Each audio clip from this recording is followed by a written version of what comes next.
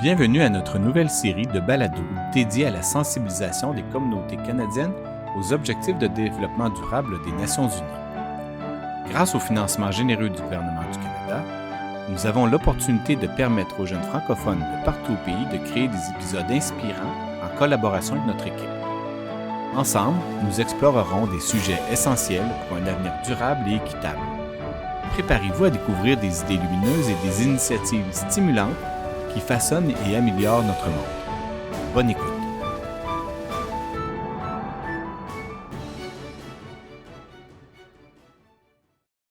Savais-tu, les vaqueteurs du Mexique ne peuvent pas être en captivité en raison de son stress?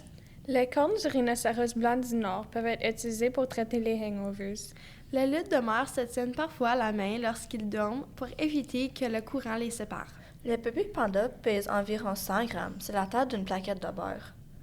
17 objectifs pour transformer notre monde. 17 défis pour protéger le vivant sur tous ses fonds. Ici, Brooklyn, Briella, Reyna et Audrey. Avec Balado DD, le podcast qui explore les limites de notre planète et célèbre ceux qui tentent de les repousser. Aujourd'hui, nous mettons le cas sur les ODD numéros 14 et 15 pour parler de ces espèces qui vacillent, mais qui luttent encore, des récifs coralliens au sommet enneigé. Découvrons ensemble l'histoire des luttes de mer, les vaquitas du Mexique, les rhinocéros blancs du Nord et les pandas géants. C'est parti pour une immersion au cœur du vivant. On va commencer par parler pour les luttes de mer. Pour commencer, voici la lutte de mer, un petit animal adorable mais en danger. La lutte de mer est principalement en danger à cause de la pollution et du braconnage pour leur fourrure. Taille mâle, 1,48 et 36 à 46 kg. Pour les femelles, c'est 1,40 m et 23 à 32 kg. Et pour les nouveau-nés, c'est 60 cm et 1,7 entre 2,7 kg. Il reste 100 000 à 125 000 individus. Fait intéressant, la lutte de mer possède la fourrure la plus dense du règne animal. Il y a jusqu'à 1 million de poils par centimètre carré, ce qui lui permet de rester au chaud sans couche de graisse. Hey guys, pourquoi la lutte de mer n'a jamais assez d'argent? Parce qu'elle dépense tout en coquillage et elle refuse d'ouvrir un compte courant.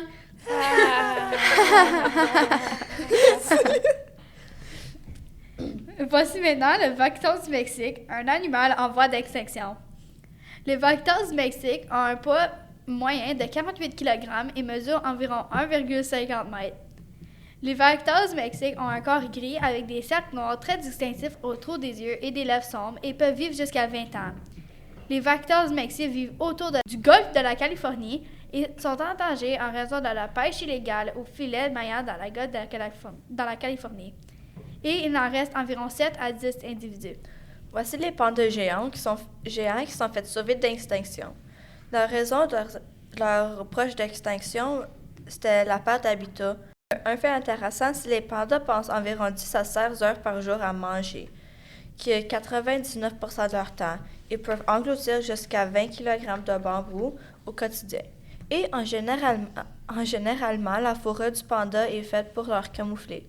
Un autre fait intéressant est que les pandas font minimum 100 caca par jour et le bambou pousse rien qu'en Chine, Japon, Inde et Australie. Voici ce que vous pensez qui est le plan du jour d'un panda géant. Rien. Mais en réalité, tomber, rouler, tomber encore, dormir, répéter. Finalement, le rhinocéros blanc du Nord, qui a disparu fonctionnellement. Ce qui veut dire qu'il reste qu'un sexe et ils ne peuvent pas reproduire. Il reste que 2 femelles, Nagin et Fatu. Le dernier mâle est mort en mars 2018. Ils sont disparus fonctionnellement à raison du braconnage massif, les guerres et l'instabilité politique et la perte d'habitat. Voici un fait intéressant. Les oiseaux vivent sur leur dos pour manger leurs parasites et crient pour leur alerter d'un danger. Fait que là, on va juste retourner sur tous les animaux qu'on a parlé d'eux. Audrey, dans toute la liste qu'on a parlé d'eux, c'était quel ton animal préféré? Moi, mon préféré, c'était le rhinocéros blanc du Nord, à cause qu'on n'entend pas parler de eux souvent.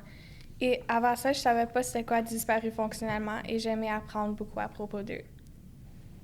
Toi, Briola? Moi, c'est les luttes de mer, car comme personne, habituellement, on parle pas d'eux autres, puis c'est comme vraiment rare et cute, oui, c'est ça. Puis aussi, c'est fun d'apprendre d'eux autres parce qu'ils vivent aussi dans l'eau, c'est comme des animaux marins aussi. Dans l'eau, puis comme au-dessus de l'eau, ça, ouais, c'est fun. Toi, Rena?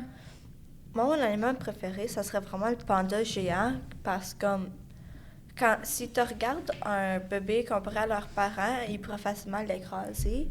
Mais c'est comme... Quand tu les vois, tu serais comme intimidé parce que « Oh my God, ça fait partie de la famille des ours, j'ai peur. » Mais en général, ils sont vraiment juste... sont tellement drôles et puis comme tu avais dit dans notre blague, ils tombent et puis ils roulent, c'est juste ça qu'ils font. Fait qu'ils sont vraiment intéressants. Puis tu te demandes toujours, qu'est-ce que Dieu pensait quand ils les ont créés? Toi, Brooklyn? Ben, moi, j'ai vraiment aimé les vaquitas du Mexique. À cause que moi, quand j'ai su comme c'était quoi, vraiment, c'était pas proche de ce que moi je pensais dans la tête. Quand j'ai vu comme juste le nom vaquitas du Mexique, je pensais qu'il parlait de comme un gros monstre géant, terrifiant, qui pourrait peut-être me faire mal. Là. Je suis comme oh, aïe aïe. Ah. là, quand j'ai su c'était quoi vraiment, puis combien il en restait, ça, j'étais vraiment intéressée là-dedans. Hey, en terminant, n'oubliez pas de protéger les animaux. N'oublie pas que protéger les animaux, c'est respecter les ODD 14 et 15 pour la vie dans l'eau et sur Terre, que ce soit dans les océans ou en forêt. Chaque petit geste aide à sauver la biodiversité. Merci de nous avoir écoutés et rappelez-vous, c'est ensemble qu'on peut changer les choses pour la planète. C'était Rena, Briella, Audrey Et Brooklyn. avec Balado Dédé. Nous tenons à remercier chaleureusement les écoles participantes pour leur enthousiasme et leur précieuse collaboration. Votre engagement et votre créativité ont été essentiels à la réalisation de cette série. Nous invitons tous nos auditeurs à suivre nos épisodes et à découvrir les autres contenus de notre chaîne des idées lumineuses. Ensemble, continuons à promouvoir les objectifs de développement durable et à impulser des changements positifs dans nos communautés. Au plaisir!